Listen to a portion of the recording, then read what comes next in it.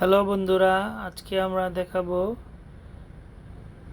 কিভাবে স্পেশাল ডিমের ভর্তা তৈরি করতে হয়। এতে আমাদের প্রয়োজন 2টি ডিম,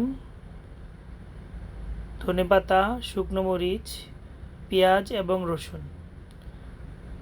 প্রথমে আমরা ফ্রাই প্যানে তেল দিয়ে শুকনো মরিচটা ভেজে নেব।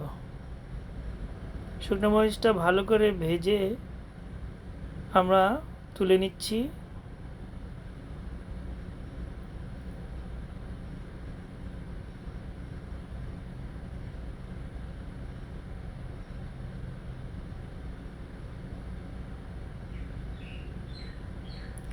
এখন আমরা রসুনটা ভেজে নিচ্ছি এবং রসুনের সাথেই আমরা পেঁয়াজটা ভেজে নেব।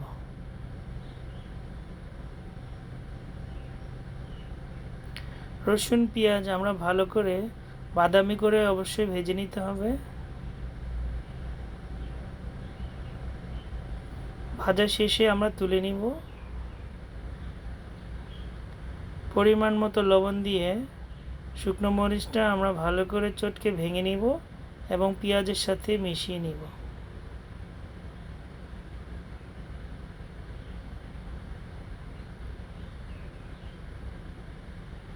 পেঁয়াজের সাথে মিশিয়ে ডিমটা আমরা ভেঙে চটকে ভালো করে পেঁয়াজ, রসুন, মরিচের সাথে মিশিয়ে নিব এবং সাথে ধনেপাতা দিয়ে আমরা মিক্স করে নেব।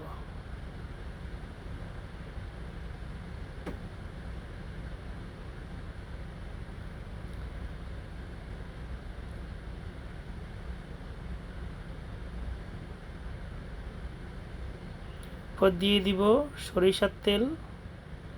সরিষার তেল দিয়ে ভালো করে চটকে আমরা মিশিয়ে নিব।